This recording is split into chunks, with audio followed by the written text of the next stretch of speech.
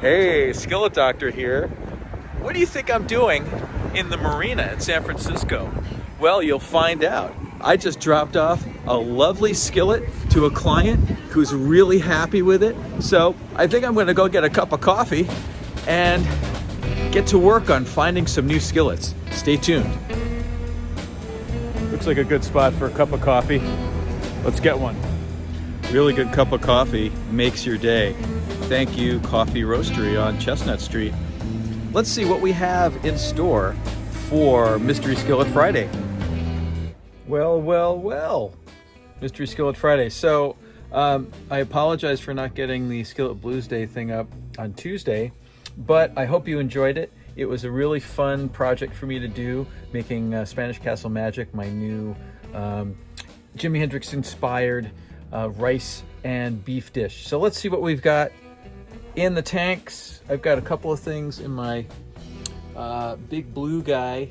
There's a couple of skillets in there. Thank you, Walt, for letting me borrow your amazing battery charger. Came in handy.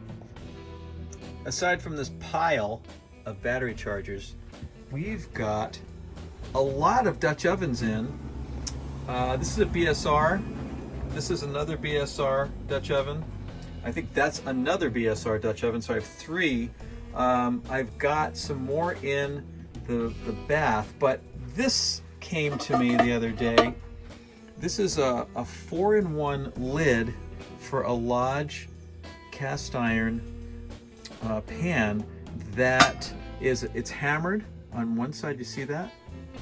And on the other side, it's pretty smooth, so you could actually cook on this side if you wanted to, but this is the lid that goes on top of the other pan. So I'm trying to find the bottom of that pan, and I'll be able to put it together. I don't get many Le Creuset pans, but this one, was a good deal, and it's a pretty good size. It does have kind of a chunk out of the enamel. That's why I don't usually work with these pans, but I'm going to give this one a shot, clean it up, and see if somebody wants it. I think it'll be a pretty good pan for somebody who's into that. So I'm not going to rule out Le Creuset for now, but I won't be doing a lot of Le Creuset. Just we're going to try this one out. Boatloads of cornbread pans, and I think I might have showed you this fake Griswold waffle iron. This is pretty funny, actually.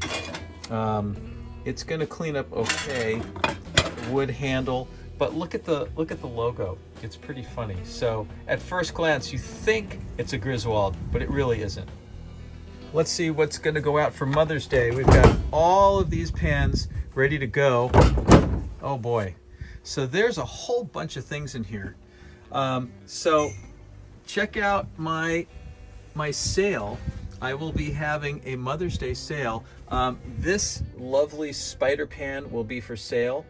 This is a number 10, and that's from the 1880s. That will be for sale. So yeah, check it out. I've got some griddles also. I've got these big Lodge griddles, and I've got a gem pan in the back there, a muffin pan. So yeah, there we go. Look at all those wonderful threes. Actually, those are for a client that I cleaned up, and she's got a bunch more coming to her too. And here we are at What's Your Daily Driver. Here's another one, a number 4 slant logo Griswold. This is a very cool pan. This was a mess when I got it. I didn't even know what it was, and then it cleaned up. Look at that, beautiful shine. Now the thing about these pans is that the handles are a little longer than your normal handle. So if you can see that, these, and I think the Wagners have the same type of handle, just a little longer when you're using it. So that's my daily driver for, a couple eggs, maybe just for me.